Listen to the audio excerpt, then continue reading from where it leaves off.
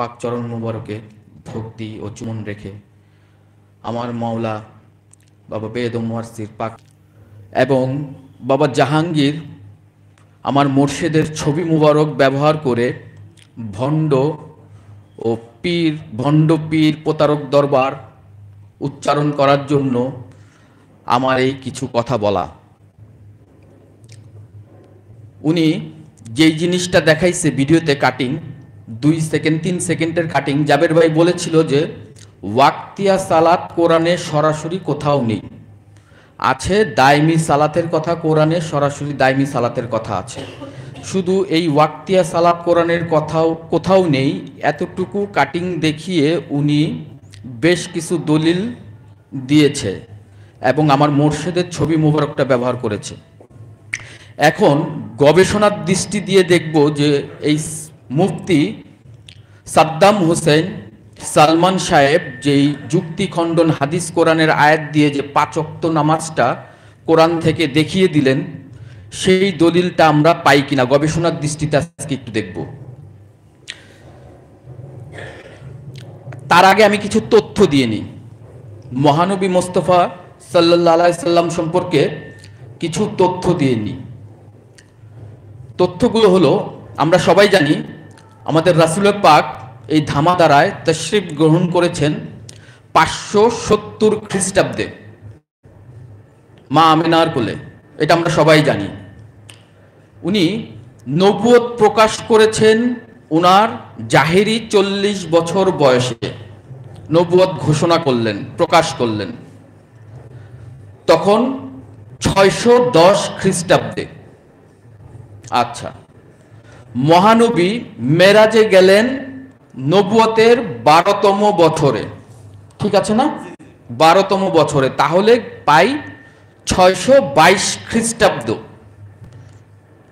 আচ্ছা, মহানবী হিজরতে গেলেন, হিজরত মক্কা থেকে মদিনায় চলে গেলেন মেরাজ থেকে আসার বছর খানিক পর 623 খ্রিস্টাব্দে। এই হলো তথ্য।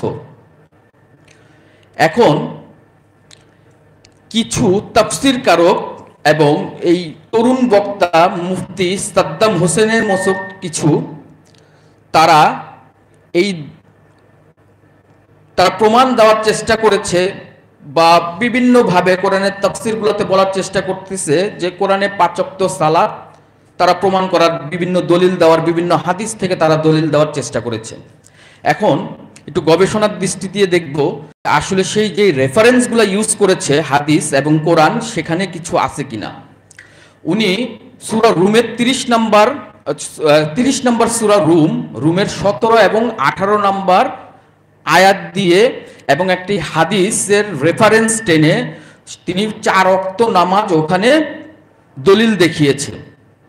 তো সূরা রুমের 30 নম্বর সূরা রুমের 17 নম্বর আয়াতে পাচ্ছি কি, আমি একটু আরবিটা বলি, ফা সুবহানাল্লাহি হিনা তুমসুনা ওয়া হিনা তুসবিহুনা। আয়াতটা হলো গিয়ে এইটা। আচ্ছা, উনি হাদিসটা যেটা রেফারেন্সটা ইউজ করেছে সেটা হলো গিয়ে মুস্তাদরাকে হাকিম 2য় খণ্ডের 445 নম্বর পৃষ্ঠার খুব সম্ভবত হাদিসটা 4541 নম্বর হাদিস, এবং বাইহাকি হাদিস গ্রন্থের 3য় খণ্ডের 10 পৃষ্ঠার 1704 নম্বর হাদিস। এই হাদিসটির বর্ণনা মুফতি সাদ্দাম হোসেন এরকম ভাবে দিচ্ছে যে রাসূল পাকের কোন এক সাহাবা হযরত ইবনে আব্বাস রাদিয়াল্লাহু তাআলা আনহুকে প্রশ্ন করতেছেন যে কোরআনে কি 5 ওয়াক্ত নামাজ আছে?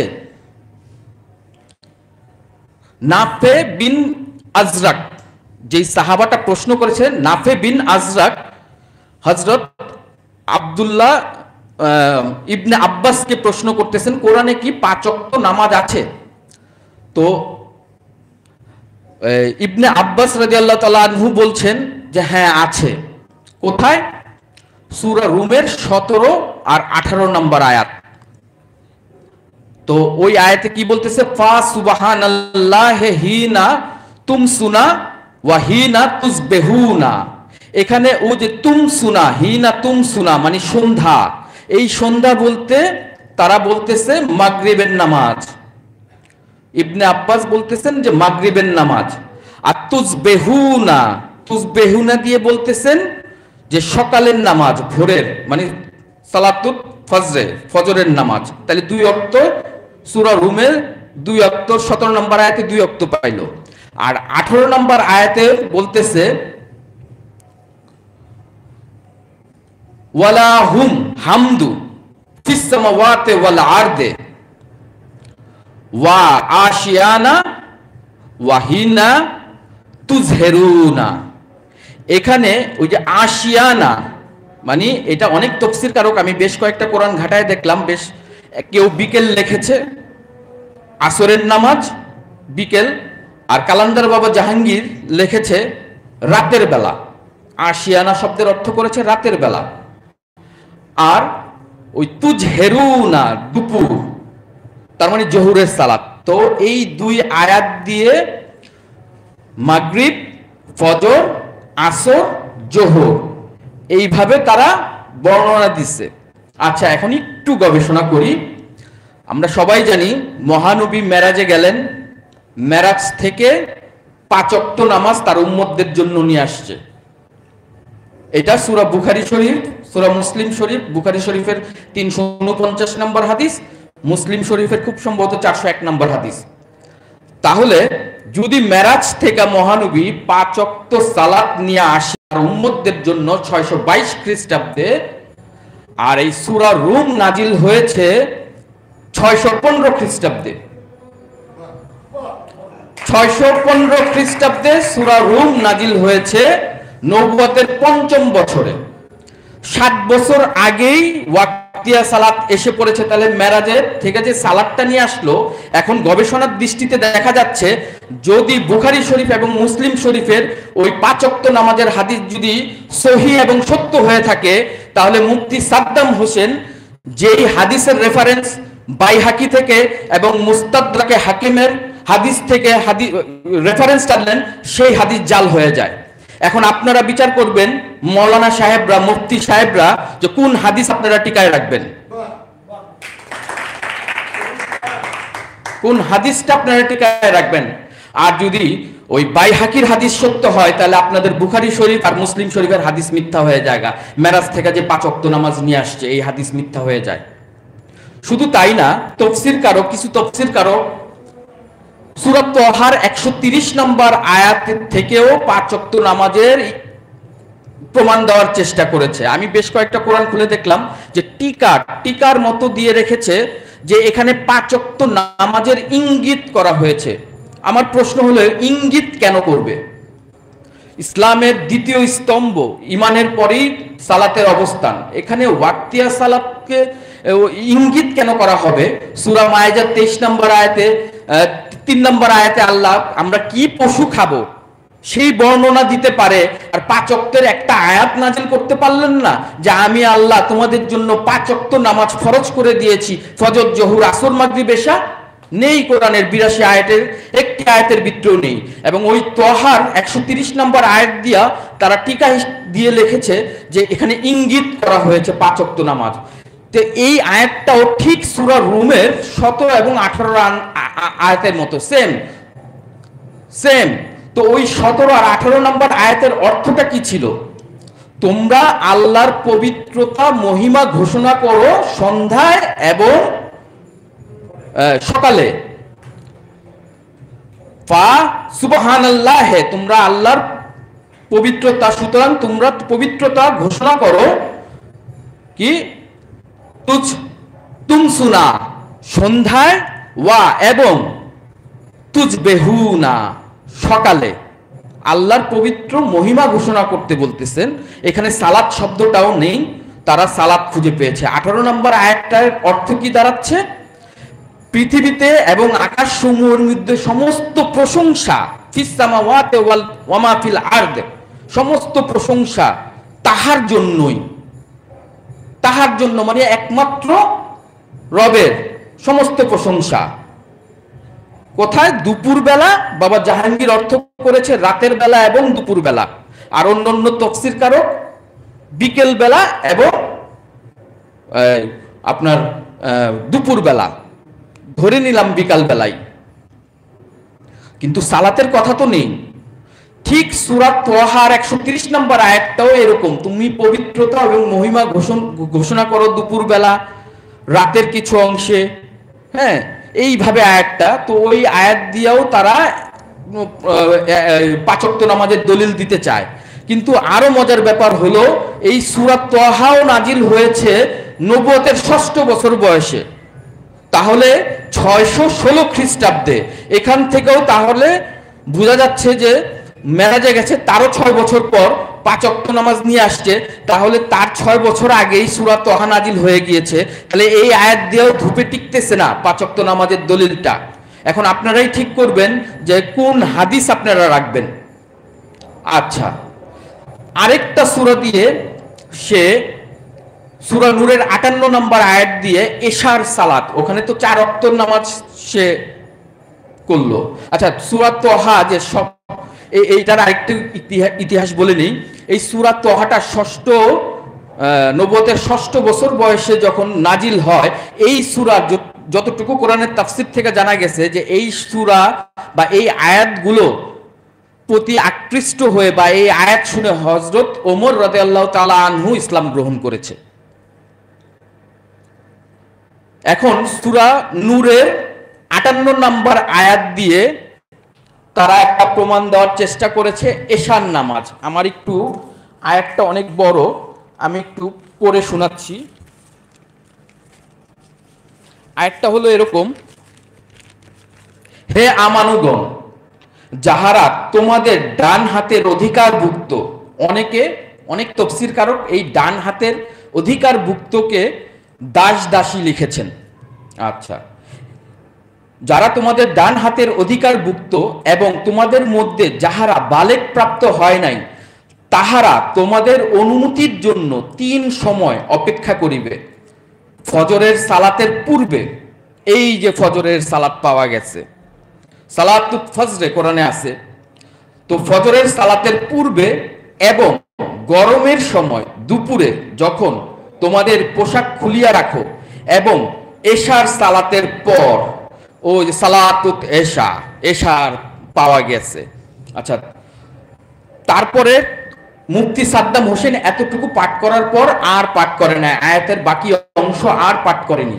আয়াতের বাকি অংশটা পাঠ করতেছি। তোমাদের জন্য এই 3টি গোপনীয়তার সময়, ইহা ছাড়া তোমাদের জন্য ও তাহাদের জন্য কোনো দোষ নেই। তাহাদের তো পরস্পরের নিকট সেবার যাতায়াত করতে হয়। এই রূপে আল্লাহ তোমাদের জন্য তাহার পরিচয় স্পষ্ট করিয়া তুলেন। তাহার পরিচয় মানে আল্লাহর পরিচয় স্পষ্ট করিয়া তুলেন, এবং আল্লাহ একজন জ্ঞানী বিজ্ঞানময় বিচারক। এই হলো গিয়ে সূরা নূরের 58 নম্বর আয়াত। তো এখান থেকে সাদ্দাম সাহেব ফজরের ওই তুসবেহুনা দিয়া একবার, ওইটা হলো তুসবেহুনা মানে সকাল, আর ফজর অর্থ ভোর, তো তুসবেহুনা দিয়া উনারা ভোরের মানে ফজরের সালাত বানায় দিছে। আর এখানে তো পায়েই পড়লো ফজরের সালাত। তা আসলে এই আয়াতের ব্যাখ্যা এটা যারা দায়মি সালাতে রত সেই সমস্ত আমানু বা সাধকদের উদ্দেশ্য করে এই আয়াতটা নাজিল হয়েছে। তো আয়াতের ব্যাখ্যাটি হলো গিয়ে এরকম: এই 3টি বাক্যে যে 3টা গোপনীয়তার সময়, এই 3 বাক্যে মানুষের, প্রতিটা মানুষের যে প্রাইভেসি, গোপনীয়তা বা নীরবতা যাতে সংরক্ষণ করতে পারে, আল্লাহ সেদিকে দৃষ্টি আকর্ষণ করতেছে আমানুদেরকে। তারপর আল্লাহর পরিচয় জানার উদ্দেশ্যে নিজ জীবনের শালীনতা বা সৌন্দর্য সংরক্ষণের জন্য আল্লাহ নির্দেশ দিতেছে। এবং গরমের দুপুরে, গ্রীষ্মের গরমে যখন কাপড় খুলিয়া রাখে, এবং বিভিন্ন পরিস্থিতিতে আল্লাহ সাধকদেরকে এই নির্দেশটি এর জন্যই দিতেছে যাতে একজন সাধকের মন বা একজন আমানুর মন হীনমন্যতাগ্রস্ত না হয়ে যায়। এবং আল্লাহর সাথে সর্বদা সুসম্মত বজায় থাকে। এখন আমরা সূরা মায়েদের 23 নম্বর আয়াতে সরাসরি দায়মি সালাতের কথা পাই। ওয়াক্তিয়া সালাতের কথা আমি আবারও বলছি এবং দায়িত্ব নিয়ে বলতেছি, সরাসরি কোরআনের কোথাও 82টা আয়াতের একটি আয়াতেও সরাসরি 5 ওয়াক্ত সালাতের কথা নাই, কিন্তু সূরা মায়েদের 23 নম্বর আয়াতে সরাসরি দায়মি সালাতের কথা আল্লাহ পাক উচ্চারণ করেছেন। এই দায়মি সালাত, দায়মি শব্দটার মানে কি? দায়মি শব্দ হলো সার্বক্ষণিক সালাত, সার্বক্ষণিক, সর্বসময়, মানে 24 ঘন্টায় রত থাকা সালাত। আচ্ছা, তাহলে এই দায়মি সালাতের আবার দুইটা রূপ আছে। দায়মি সালাতের দুইটা অংশ আছে, একটা প্রকাশ্য জাহেরি আর একটা অপ্রকাশ্য বাতিনি। তো প্রকাশ্য রূপটা, দায়মি সালাতের প্রকাশ্য রূপটা হলো গিয়ে ভোর, ভোর মানে ভোর যখন শুরু হয় তখন থেকে শুরু। এই প্রকাশ্য সালাতটা হলো ভোর থেকে এশার পূর্ব পর্যন্ত, যে দিনের বেলা প্রকাশ্য সময়, এই সময়টা হলো দায়মি সালাতের বাহিরের অংশ বা প্রকাশ্য সময়টা।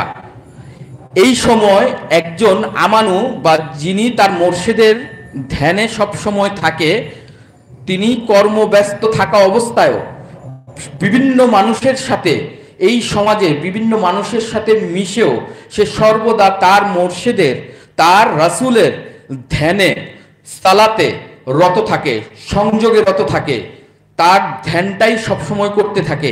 এইটি হলো দায়মি সালাতের প্রকাশ্য রূপটা, প্রকাশ্য অংশ।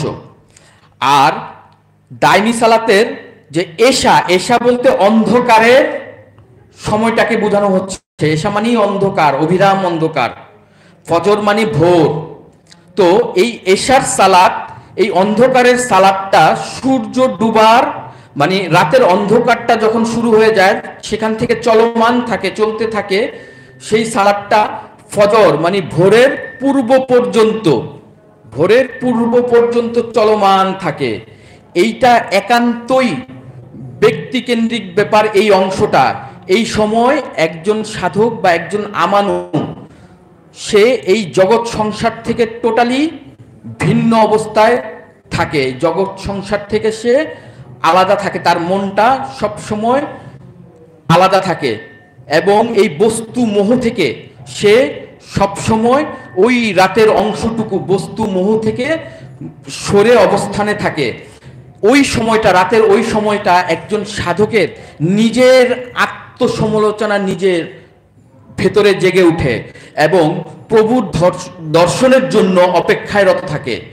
মাওলার দর্শনের জন্য নিজের সমালোচনা নিজের ভিতর থেকে সব সময় ওই রাতের অংশটুকুতে সে উপলব্ধি করতে থাকে, সে দর্শন হতে থাকে, নিজের আত্মসমালোচনার জায়গা, সময়, ওই সময়টা একান্তই ব্যক্তিকেন্দ্রিক ব্যাপার। এই সময়টা, রাতের এই সময়টা আল্লাহ বলতেছে যে এই যে অনুমতি সাপেক্ষে এই সময়টা, যদি তোমার ঘরে কেউ প্রবেশ করে তখন অনুমতি সাপেক্ষে হতে হবে, কারণ ওই সময়টা একাকিত্বর সময়, ওই সময়টা নিজের ভিতরে নিজের ধ্যানস্থর সময়। গবেষণাটাতে যেভাবে যেভাবে ফতোয়া হোক দিচ্ছে, কিন্তু যে তার 5 ওয়াক্ত নামাজটা সে কোরআনে আছে সেটা এস্টাবলিশ করার জন্য কিন্তু গবেষণা করতেছে। আর আমরা ডাইরেক্ট পাচ্ছি সূরা মারেজের 23 নম্বর আয়াতটা, আমাদের গবেষণা নাই। আছে কি গবেষণা? এই যে আমাদের এইখানে আমরা বসে কথা বলতেছি, একই দরবারে গান বাজা হচ্ছে, হচ্ছে না? কন্ট্রাডিকশন পড়বে না? পড়বে কিনা বাদল? তাদেরকে ধন্যবাদ দেই যে তারা গবেষণা করতেছে যে কিভাবে তারা ওই 5 ওয়াক্ত নামাজকে প্রতিষ্ঠিত করবে। কোরআনের ভিতরে আছে, আমার ভিতরে নাই। আমার ডাইরেক্ট সূরা মারেজের 23 নম্বর আয়াত আছে। আমি সেটি তো, কয়জন পীর ফকির এই কথাটা বলে? মৌলভী সাহেবরা কিন্তু ঢাইকা রাখছেন, তাদেরকে ধন্যবাদ দেই, তারা ঢাইকা রাখছেন। না ভুল বললাম? আমরা তো উদ্ভাসিত করতে পারি না, পারি কি? আমার ক্ষমা দৃষ্টিতে দেখবে।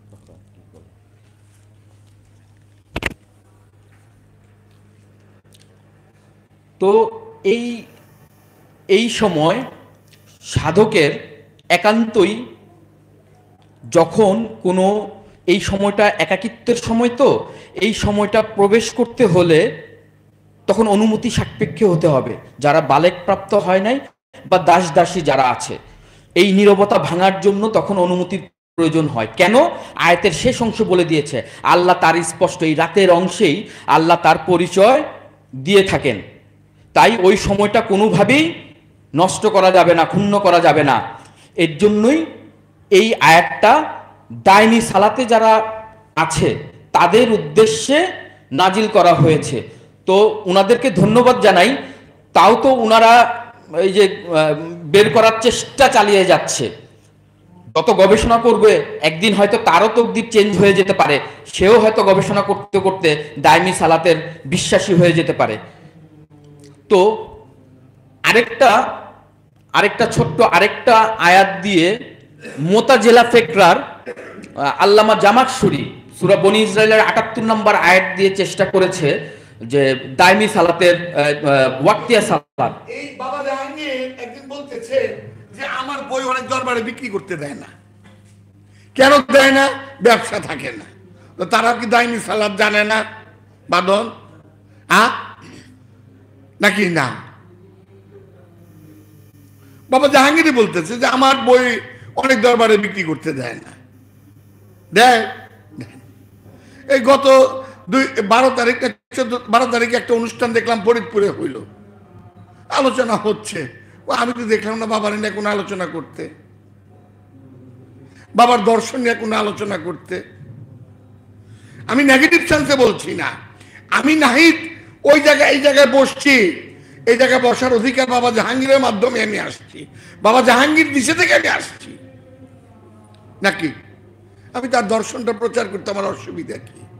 জানুক সবাই তার দর্শনটা, নাকি না?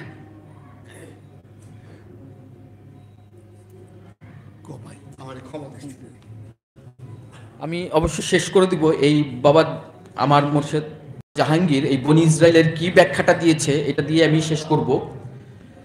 তো বনি ইসরায়েলের ৭৮ নম্বর আয়াতে যে মোতাজেলা ফেকরার আল্লামা জামাকশুরি চেষ্টা করেছে তার তাফসিরে ৫ ওয়াক্ত নামাজটা এখানে প্রতিষ্ঠা করার। তো বাবা জাহাঙ্গীর এর জন্য ওনাকে ধন্যবাদও জানিয়েছে। অন্তত গবেষণা তো করেছে, চেষ্টা তো চালিয়েছে। তো আয়াতটা কি? আকিমুসসালাতা লিদুলিকিশ শামসে ইলা গাসাকিল লাইলে ওয়া কুরআনাল ফজরে ইন্না কুরআনাল ফজরে কানা মাশহুদা। আয়াতের যে অনুবাদ যেটা করা হয়, প্রচলিত অর্থ যে সালাত সূর্য ঢলে যাওয়ার পর থেকে রাতের অন্ধকার পর্যন্ত সালাত কায়েম করো। সূর্য ঢলে যাওয়ার পর থেকে রাতের অন্ধকার পর্যন্ত সালাত কায়েম করো এবং ভোরের কোরআন, ফজরের কোরআন, তারা এই ফজরের কোরআন দিয়ে ফজরের সালাতকে বোঝানোর চেষ্টা করছে। এবং ফজরের কোরআন ব্র্যাকেটে ফেরেস্তা লেখে ফেরেস্তাদের উপস্থিতির সময়, তাদের অনুবাদটা এরকম। তো ওনাদের ব্যাখ্যাটা একটু এই যে বলল যে সূর্য ঢলে যাওয়ার পর থেকে রাতের অন্ধকার পর্যন্ত, এই যে পর থেকে পর্যন্ত, এই পর্যন্ত শব্দটি লাগিয়ে এক টানা, তাদের অনুবাদ অনুযায়ী বোঝা যাচ্ছে আল্লাহকে সবাই মানে, নাই এমন কেউ আল্লাহকে মানে না, কিন্তু আল্লাহর দর্শনকে কেউ মানতে পারে না। ঠিক বাবা জাহাঙ্গীরের ভক্তরা বাবা জাহাঙ্গীরকে মানে, বাবা জাহাঙ্গীরের যে দর্শন সেটা বুকে নিতে পারে না। কেন নিতে পারে না? কন্ট্রাডিকশন চলে আসে, আত্মবিরোধ চলে আসে।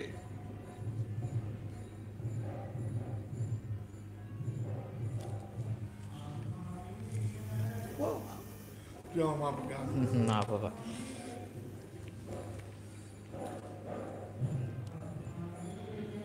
তো এই যে পর্যন্ত ধরেন, এর আগে আমি একবার বলেছিলাম কেউই গাইব না, গাজায় চড়িয়ে দম্বনা ভমকালি আর বলিস নে, এই গানটা গাইব না।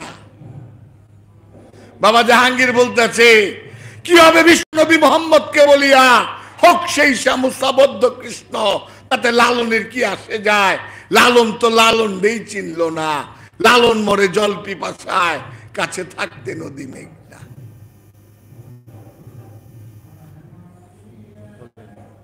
আর কম যাব না, আর ঘুম না, আর কিছু কম যাব না। আর একটা কথা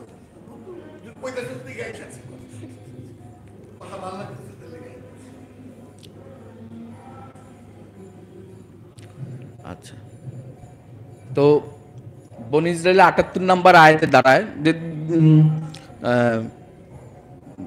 সূর্য ঢলে যাওয়ার পর থেকে রাতের অন্ধকার পর্যন্ত, এই পর্যন্ত যদি ধরি তাহলে দেখা যাচ্ছে যে একটা না।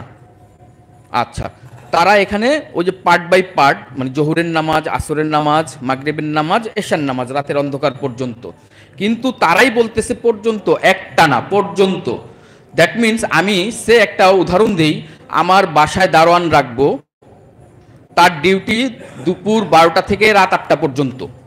সে নিশ্চয়ই দুপুরবেলা আইসা 5 মিনিট ডিউটি দিয়ে চলে যাবে, তা না। আবার বিকালের দিকে আইসা 5 মিনিট থাইকা চলে যাবে, জিনিসটা তা না। আবার সূর্য যখন ডুবে গেল তখন আইসা 5 মিনিট আমার দরজার সামনে ডিউটি দিয়ে চলে গেল, জিনিসটা তা না। আবার রাতের এক অংশে আইসা সে 5 মিনিটের ডিউটি দিয়ে চলে যাবে, জিনিসটা তা না। তাহলে তাদের অনুবাদ অনুযায়ী তারা ফ্যাসাদে পড়ে যাচ্ছে। এই যে সূর্য ঢলে যাওয়ার পর থেকে রাতের অন্ধকার পর্যন্ত সালাত কায়েম করো, এই যে পর্যন্ত শব্দটা লাগিয়েই যত গন্ডগোল তারা নিজেরাই করে ফেলেছে। তো বাবা জাহাঙ্গীর, কালান্দার বাবা জাহাঙ্গীর পৃথিবীর সর্বশ্রেষ্ঠ ইসলাম গবেষক। উনি এই আয়াতের কি ব্যাখ্যা বা অনুবাদ করতেছে, আকিমুসসালাতা, সালাত কায়েম করো। কেন সালাত কায়েম করবা? কেন করবা সালাতটা কায়েম? আকিমুসসালাতা, সালাত কায়েম করো। শেষ।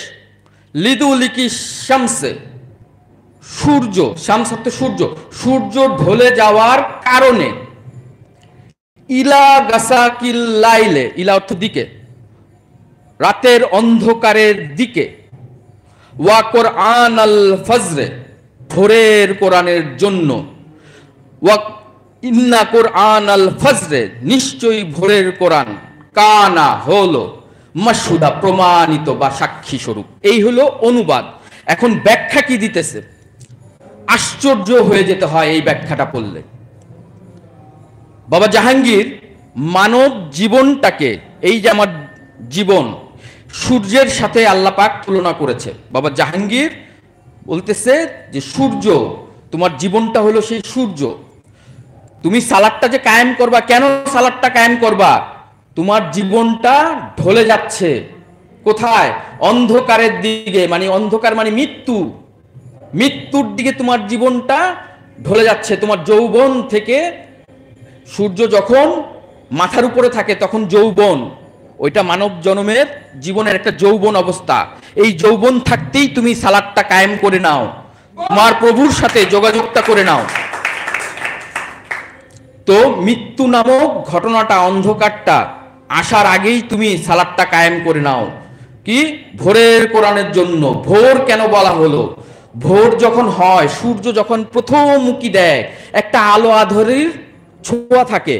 ঠিক নূরি কোরআন, নূরি কোরআন যখন তোমার ভিতরে প্রথম দর্শন, প্রথম উঁকি দিবে, তোমার ভিতরটা সেই ভোরের মতো, ওই ভোরের কোরআনের জন্য প্রথম উঁকি দিবে, তোমার ভিতরটা ভোর হবে।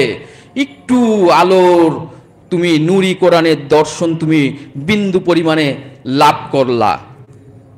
এই যে যেই সাধকের ভিতরে বা যার ভিতরে এই যে নূরি কোরআনটা জাগ্রত হলো, তার রব জাগ্রত হলো, এই যে দর্শন দিল, তার কাছে ইন্না কোরআন আল ফজরে, এই ভোরের কোরআনটা তার কাছে কানা হলো মাশহুদা, প্রমাণিত। ওই সাধকের কাছেই এটা প্রমাণিত বা সেই একমাত্র সাক্ষী। এ হলো বাবা কালান্দার জাহাঙ্গীরের ব্যাখ্যা ও অনুবাদ। আপনাদের মাথায় মুন্ডুতে কিছুই ঢুকবে না, কিছুই বুঝবেন না ওনার রহস্য। আসেন, আপনাদেরকে দাওয়াত দিলাম ফকিন্নি দরবার শরীফে। এই যে তুই এই যে অনুবাদ ব্যাখ্যাটা কইলি বাবা জাহাঙ্গীরের, এটা কি বাবা জাহাঙ্গীরের কোরআনের অনুবাদ বইটা কইছস না? তার ব্যাখ্যা বইটা কইছস না? ওইটা বাইর করে দিলে কিরকম হয়? আমরা তো ওইটা নিয়ে কোনো আলোচনাই করি না, যে বাবার বই পড়তে হইব। আমরা বাবার বইগুলোর বই ধরছি, কি বাদন ধরি নাই? হ্যাঁ, তাহলে কোরআনটা তো কাগজের বাইন্ডিং না, দর্শনটা দিচ্ছে, দর্শনটা আমরা আকৃতিতে বের করেছি, তাই নাকি? তাহলে এই কথা করতে পাবি। সূর্যটা কি যৌবন, সূর্যটা নাই বা গেলে আমি যৌবন শেষ, আমি আরো অন্ধকারে আমার বুড়া বয়সে গেলে তাকায় থাকতে হইব, আর কিছু করার নাই। তো এই বলে আমার যতটুক বলার ছিল আমি বেশি বলে ফেলেছি। হ্যাঁ, এই বলে আমি আমার আজকের মতো শেষ করছি। আমি বাবার কাছে ক্ষমা প্রার্থী।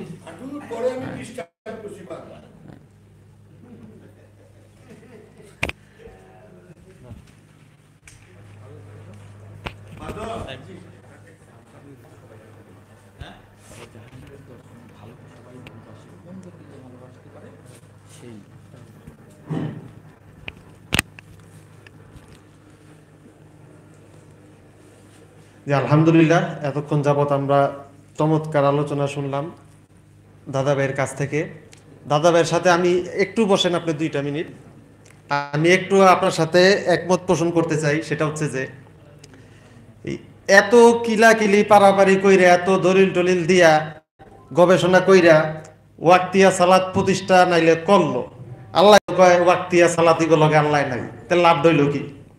সালাতিদের সাথে আল্লাহ থাকে না, রোজাদারের সাথেও আল্লাহ নাই, কোন আমলদারির সাথেই আল্লাহ নাই। আল্লাহ আছে কাদের সাথে? মুহসিনিন যারা, আব্দুহু যারা, মুত্তাকিন যারা, তাদের সাথে।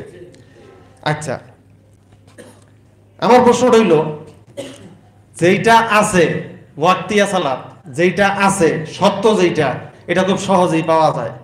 আর যেইটা নাই, নাইটারে হ বানাইতে গেলেই জোরাতালি দেওয়া লাগে।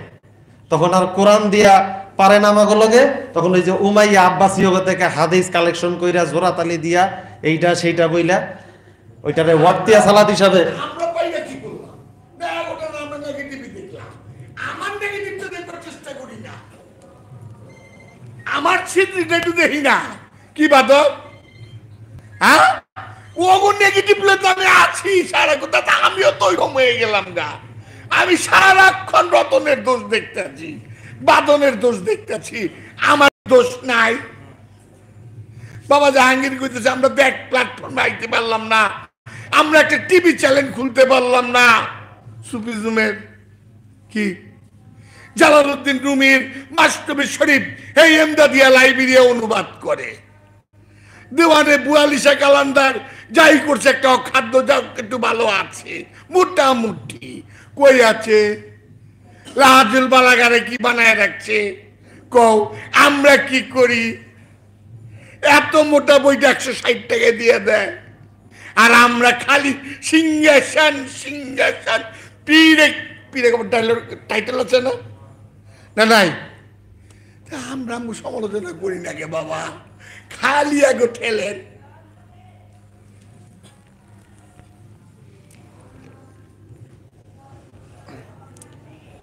আচ্ছা, এখন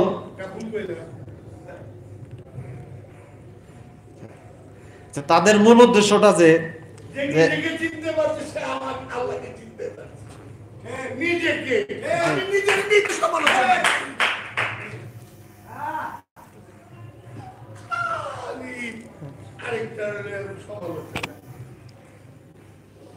এই কনসেপ্টটা আমি একটু ক্লিয়ার করে দিই, বেয়াদবি নিবেন না কেউ। তো তারা কোনোভাবে ওয়াক্তিয়া সালাত প্রতিষ্ঠা করবে, তারপরে বলবে মিফতাহুল জান্নাতিস সালাহ, এরপরে জান্নাত বিক্রি করা শুরু হয়ে যাবে। এইটার গ্রহণযোগ্যতা কতটুকু আছে? আমি একেবারেই শরীয়ত ভিত্তিকভাবে আমি কথাগুলো বলি, কোরআনই যথেষ্ট, আর কিছু লাগবে না। আল্লাহ তাআলা কোরআন শরীফে যত আয়াতে, মানে যারা জান্নাতে যাওয়ার জন্য ওয়াক্তিয়া সালাতকে প্রতিষ্ঠা করতে চায়, আসলে এই সালাদ দিয়া জান্নাত দিবে এরকম কথা কোরআন শরীফের একটা আয়াত যদি কেউ দেখাইতে পারে আমি 1 কোটি টাকা পুরস্কার দিব। আল্লাহ তাআলা কোরআন শরীফের যত আয়াতে বলছেন জান্নাতের সুসংবাদের কথা, একই শর্ত আল্লাহ বারবার বারবার বারবার বলতেছেন, ইন্নাল্লাযীনা আমানু ওয়া আমিলুস সলিহাতি কানাত লাহুম জান্নাতুল ফিরদাউসি নুজুলা। যারা ঈমান আনবে, ওয়া আমিলুস সলিহা, আমলে সলেহা যারা করবে, সৎ কাজ। এই সলেহা শব্দের অর্থ সৎ কাজ। কোরআন শরীফে এরকম 22টা আয়াত আছে। আল্লাহ তাআলা জান্নাতে যাওয়ার যেই শর্ত, যেই শারায়েত আল্লাহ তাআলা বললেন যে সিলেটে একবার ওয়ালা জুয়াল্লিন আর ওয়ালা জুয়াল্লিন লিয়া লাগছে, এই লিয়া তো বিশাল মারামারি, না ওয়ালা জুয়াল্লিন হইব না ওয়ালা জুয়াল্লিন হইব, এই লিয়া কোর্ট কাছারিতে গেছে গা, ঠিক না? পরে রেজাল্ট গিয়ে দেখে ওয়ালা জুয়াল্লিনও নাই ওয়ালা জুয়াল্লিনও নাই।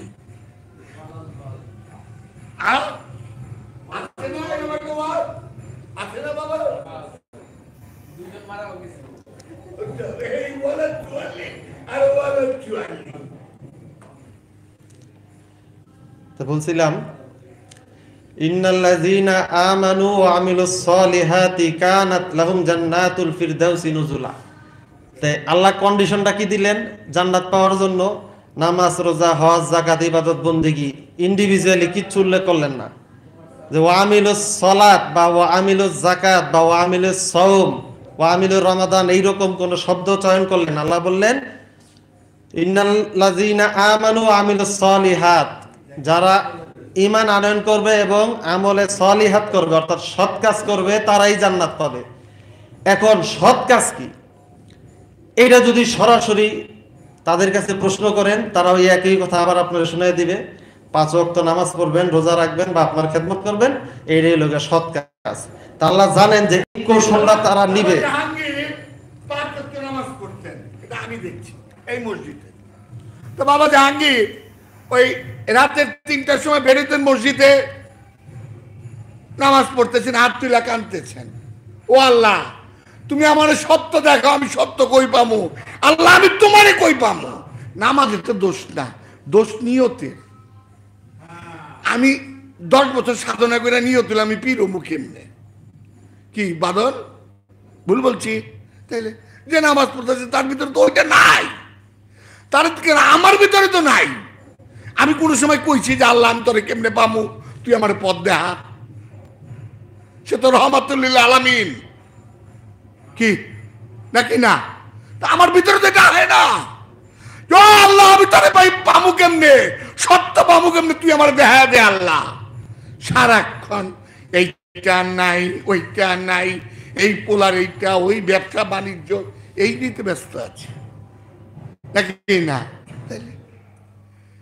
সারাক্ষণ আপনি আমার ক্ষমা দিন। না কি বলেন? আচ্ছা, আর 2 মিনিট লাগবে, আমার কথা শেষ। তো এবার আল্লাহ তাআলা সূরা বাকারা আয়াত নাম্বার 177 বলতেছেন লাইসাল বিররা।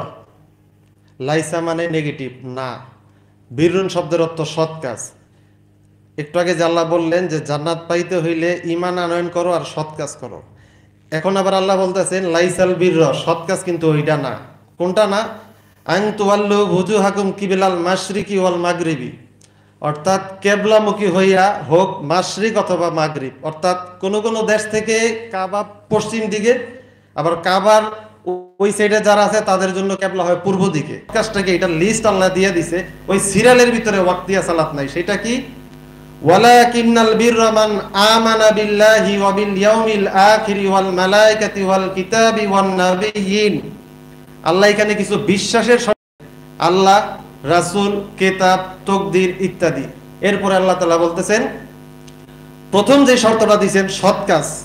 ওয়া আতাল মালা আলা হুববিহি যাওয়িল কুরবা, বলতেছে তোমার নিকট আত্মীয় স্বজন যারা আছে অসহায় দরিদ্র তাদেরকে যে বা যারা সেবা যত্ন করবা সেইটাই আমলে চলে হবে, এবং ওই ব্যক্তিটার যদি ঈমান থাকে সে জান্নাত লাভ করবে। ওয়া আতাল মাল আলা হুববিহি যাওয়িল কুরবা ওয়াল ইয়াতামা ওয়াল মাসাকিন ওয়া ইবনাস সাবিল। এখানে নামাজের কথা আছে। তো তোমরা যদি সালাত প্রতিষ্ঠাও করো, এই সূরা বাকারার 177 নম্বর আয়াত পড়া দেখো, আল্লাহ তাআলা যে বলেন আমানু এবং যারা সৎ কাজ করে তাদেরকে জান্নাত দিব, এবং সৎ কাজের লিস্ট আল্লাহ যে দিলেন এইটা সৎ কাজ, এই সৎ কাজের ভিতরে সালাত নাই, ওয়াক্তিয়া সালাতের কথা নাই। সূরা বাকারা দেখলে আপনারা স্পষ্টভাবে এটা বুঝতে পারবেন। তা সবাই আমার কথায়, আমার অঙ্গভঙ্গিতে কোনো ভুল হয়, আসলে আমি নতুন আসছি তো আমার একটু নার্ভাস। যাই হোক, সবাই ক্ষমার দৃষ্টিতে দেখবেন এবং আমার জন্য সবাই দোয়া করবেন। আসসালামু আলাইকুম ওয়া রাহমাতুল্লাহি ওয়া বারাকাতুহু।